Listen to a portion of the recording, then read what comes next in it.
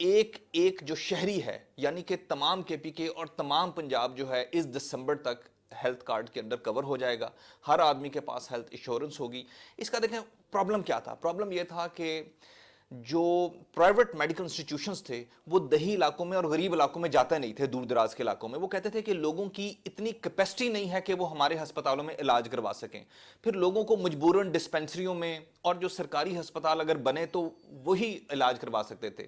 پھر شہروں کے اوپر بہت پریشر پڑ جاتا تھا. لوگ اپنے پیاروں کو لے کے امیر یا غریب وہ شہروں کی طرف بھاگتے تھے کیونکہ سارے ہسپتال تو شہروں میں تھے. اب جس وقت پیمنٹ آسان ہو جائے گی تو ڈاکٹرز کے لیے ایک بزنس پوائنٹ آف ویو سے یہ ایک اچھا پروپوزل بنے گا کہ وہ دیہی علاقوں میں بھی اپنا ہسپتال بنائیں گے اور جو پرائیویٹ میڈیکل پریکٹسز ہیں وہ دور دراز کے علاقوں میں اور دیہی علاقوں میں بھی پھیل جائیں گی چونکہ لوگوں کے پاس جو پیمنٹ کیپیسٹی ہے وہ انکریز ہو گئی ہے. یہ جو کارڈ ہے وہ ایک قسم کا اس کا بینک ہے, اس میں 7 لاکھ کی اماؤنٹ ہے اس میں. لیکن ایک چیز اب بھی بار بار لوگوں سے سننے میں آ رہی ہے کہ بعض جگہوں پہ وہ کارڈ لے کے جاتے ہیں, وہ کہتے ہیں سرکاری ہاسپٹل میں ہو جاتا ہے, پرائیویٹ سیکٹر میں کہیں پہ ہیلو حجت ہو جاتی ہے. اس پہ بھی کام ہو رہا ہے کہ ہر جگہ پہ ایکسیپٹ ہو. اصل ایشو وہی ہے کہ یہ وہ تمام چیزیں ہیں جو 70 سال میں پہلی دفعہ ہو رہی ہیں. ایک پروسیس ہوتا ہے ارتقاء کا, ایوولوشن, پروسیس آف ایوولوشن. آہستہ آہستہ عوام کو بھی سمجھ آئے گی کہ اس کو کس طرح یوز کرنا ہے اور آہستہ آہستہ جو میڈیکل ہمارا سٹاف ہے, جس طرح بینکوں میں بات ہوئی تھی کہ لوگوں کو قرضہ مانگنے کا طریقہ بھی آئے گا اور بینک کا سٹاف بھی ٹرین ہو جائے گا, اسی طرح لوگوں کو اپنا صحت کارڈ استعمال کرنا بھی آئے گا اور جو میڈیکل انسٹیٹیوشنز کا سٹاف ہے وہ بھی ٹرینڈ ہو رہا ہے اور ان کے اوپر بھی پریشر آ رہا ہے کہ اب آپ نے غریب آدمی کو اس کارڈ کے اوپر انٹرٹین کرنا ہے, ان کو اکوموڈیٹ کرنا ہے. میرا خیال ہے اور چند ماہ کے اندر اندر تمام بینکوں کو اور تمام ہاسپٹلز کو یہ میسج چلا جائے گا کہ جو حکومت کی یہ پروویژنز ہیں ان کو اکوموڈیٹ کرنا ہے اور عوام کو ریلیف دینا ہے. اسی طریقے سے خواتین کی ہم بات کرتے ہیں, نوجوان بچیوں کی بات کرتے ہیں, انہوں نے ایجوکیشن کر لی. اب بعض جگہوں پہ ہم دیکھتے ہیں کہ وہاں پہ دیہی علاقے کی بچی جو آگے پڑھنا چاہتی ہے, زیادہ تر ہم نے دیکھا میٹرک تک وہ چھوڑ دیتی تھی. اب آپ کی یہ اسکیم آئی ہے, بہت ساری بچیاں جو ایف ایس سی کر لیتی ہیں, ڈاکٹر بننا چاہتی ہیں, انجینئر بننا چاہتی ہیں, ان کے لیے بھی راستہ کھلے گا اور ان قرضوں میں ان کی پرسنٹیج بھی رکھی گئی ہے اور ان کے لیے کوئی خصوصی رعایت بھی ہے. نیپولین نے کہا تھا کہ مجھے اچھی ماں دو میں تمہیں اچھی قوم دوں گا. آج کی انہی بچیوں نے کل ماں بننا ہے. اگر ان کی تربیت اور تعلیم میں کمی رہ جائے گی یا جو دیہی علاقوں میں مائنڈ سیٹ ہے کہ خواتین کو اتنی زیادہ اپرچونٹیز نہیں دی جاتی پڑھائی کے لیے, اس کے لیے نہ صرف یہ کہ انسینٹیوائز کیا گیا ہے بلکہ زیادہ سے زیادہ اپرچونٹیز دی گئی ہیں خواتین کو آگے آنے کے لیے اور ان کو تعلیم کی جو سہولیات ہیں وہ میسر آ جائیں. کسان ہماری دھرتی کا بڑا امپارٹنٹ پورشن ہے, لیکن وہ بیچارہ بھی ماضی میں بہت زیادہ نظر انداز ہوا ہے. ایک زمیندار کو, ایک وڈیرے کو, ایک مڈل مین کو, اس کو تو بہت فائدہ ہوتا رہا, لیکن کسان جو پورا سال اگاتا ہے اس کو وہ نہیں مل سکی. اب بات ہوئی کہ اب جب کسان پہلی فصل پہ قرضہ لینا چاہتا ہے تو وہ 1.5 لاکھ تک لے گا, دوسری پہ لینا چاہے 2 فصلوں پہ لے گا 3 لاکھ کا ہے. لیکن یہ ہے کہ اوور آل اس سے فرق پڑے گا ہماری, کیونکہ زرعی ملک ہے ہمارا. دس از سم تھنگ جو پرائم منسٹر کو ڈائجسٹ نہیں ہو رہی تھی کہ ہماری ایگریرین اکانومی ہے اور ہم خوراک کی کمی کا شکار ہیں. پیداوار کو بڑھانے کے لیے 2-3 امپورٹنٹ کام کیے گئے. ایک تو یہ کہ بیج کی ریسرچ شروع کی گئی, ایگریکلچر میں نئے سائنٹیفک طریقوں کو انٹروڈیوس کرایا گیا. دوسرا جو چھوٹا کسان ہے اس کو خود کفیل بنانے کے لیے بے شمار انسینٹیوز دیے گئے ہیں. جس طرح ابھی آپ نے بتایا کہ پہلی فصل پہ 1.5 لاکھ کا قرضہ ملے گا, دوسری فصل پہ 3 لاکھ کا ملے گا. اس کے علاوہ لانگ ٹرم قرضہ جو ہے وہ مشینری کے لیے 2 لاکھ ملے گا. اگر وہ اپنی مشینری خریدنا چاہتا ہے تو بجائے اس کے کہ وہ دوگوں کی طرف دیکھے, وہ اپنی مشینری میں خود کفالت حاصل کرے, اس کو 2-2 لاکھ کا لانگ ٹرم قرضہ جو وہ آہستہ آہستہ اتارے گا. بنیادی طور پر یہ ہے کہ کسان خوشحال ہو اور ملک میں زرعی پیداوار کا اضافہ ہو. ایک اور چیز ہے کہ جو ایجوکیشن کسی بھی معاشرے کے لیے, اگر آپ نے تیز رفتار ترقی کرنی, ایجوکیشن بڑی ضروری ہے. تعلیم کے لیے بہت زیادہ وظائف بھی ہوئے, ان پروگراموں میں بھی, قرضے میں بھی ہم نے دیکھا کہ تعلیم کے لیے بہت زیادہ قرضہ ہے. خاص طور پہ جو 2.5 کروڑ بچہ ابھی تک اسکولوں سے باہر ہے اس کو بھی اس سسٹم میں لانا ہے، تو اس طرح کے پروجیکٹ مستقبل میں نئے بھی آ سکتے ہیں۔ اس کے لیے چائلڈ پروٹیکشن بیورو بھی کام کر رہا ہے کہ جو بچے بیگری کرتے ہیں ان کو اسکولوں میں داخل کرایا جائے، انرولمنٹ جو ہے ان کو انکریز کرنے کے لیے بھی مسلسل کوشش جاری ہیں، اور ایک نیا پروگرام آ رہا ہے جس کے اندر جو آپ کے اسکولز ہیں ان کو اپ لفٹ کیا جا رہا ہے۔ اگر ہم اس کو ایجوکیشن کو بھی بہتر کر لیں گے، ہنر مندی کو بہتر کر لیں گے، خواتین کو بھی بہتر کر لیں گے، اور یہ جتنے بھی قرضے ہیں اس کی کوئی لمیٹیشن ہے، یہ اسی پیریڈ میں جو موجودہ حکومت کا 5 سال کا دور ہے اسی میں یہ مکمل ہو پائے گا۔ پہلا سٹیپ تو انشاءاللہ اسی میں مکمل ہوگا، لیکن ارادہ یہی ہے کہ انشاءاللہ یہ کنٹینیو رہے گا، اور جیسے جیسے نئے بجٹ آتے رہیں گے ان میں ایک اسپیسیفک حصہ اس پروگرام کے لیے مختص ہوتا رہے گا۔ اگر آپ نے معاشرے میں انقلاب لانا ہے جس طرح وہ انقلاب لائے، وزیر اعظم عمران خان کو ووٹ دیا، نوجوانوں کی بڑی سپورٹ تھی، ان کے لیے میسج کہ یہ سب پروگراموں میں وہ بھی بھرپور کردار ادا کریں تاکہ خوبصورت پاکستان بنے۔ پاکستان الحمدللہ وہ ملک ہے جس میں ایک کثیر تعداد جو ہے وہ نوجوانوں پر مشتمل ہے، یعنی پاکستان میں تبدیلی ناگزیر ہے اگر نوجوانوں کو اپرچونٹی دے دی جائے۔ یہی جو کانسیپٹ ہے، یہ پرائم منسٹر عمران خان صاحب کا ویژن تھا کہ نوجوانوں کو اپرچونٹی دی جائے، ان کے ہنر کو کیش کیا جائے، ان کی انرجی کو کیش کیا جائے، اور ان کی جو ایبلٹیز ہیں ان کو پاکستان کی امپروومنٹ کے لیے انگیج کیا جائے۔ This is going to be a golden period. آپ کو اپنا آئیڈیا لے کر آئیں، آپ کو قرضے دیے جائیں گے، بچیاں جو ہیں نوجوان بچیاں پڑھنا چاہتی ہیں، آپ کو اسکالرشپس دیے جائیں گے، ہنرمند لوگ آئیں، آپ کو کاروبار کے موقع دیے جائیں گے۔ آئیں، اپنے کندھوں پر ذمہ داری محسوس کریں اور پاکستان کو اوپر اٹھائیں۔ وزیر اعظم پاکستان عمران خان اور ان کی ٹیم، ان کی حکومت، ان کے وزراء، ان کے ادارے اس پہ بہتر انداز میں کام کر رہے ہیں، لیکن قوم کو بیدار کرنے میں آپ کا بھی بہت زیادہ کردار ہے۔ آپ کسی ادارے میں ہیں، آپ کسی پوزیشن پہ بیٹھے ہیں، جب آپ مل کر کامیاب پاکستان کے لیے کوشش کریں گے تو یقیناً وہی پاکستان بنے گا، خوبصورت پاکستان، خوشحال پاکستان، قائد اعظم کا پاکستان، علامہ اقبال کا پاکستان اور عمران خان کا پاکستان، جس کے لیے سب نے کوشش کرنی ہے۔ یقیناً آپ کریں گے۔ اسی خواہش کے ساتھ عصمت ہاشوانی کو دیجیے اجازت، بہت جلد آپ سے دوبارہ ملاقات ہوگی۔ اللہ نگہبان۔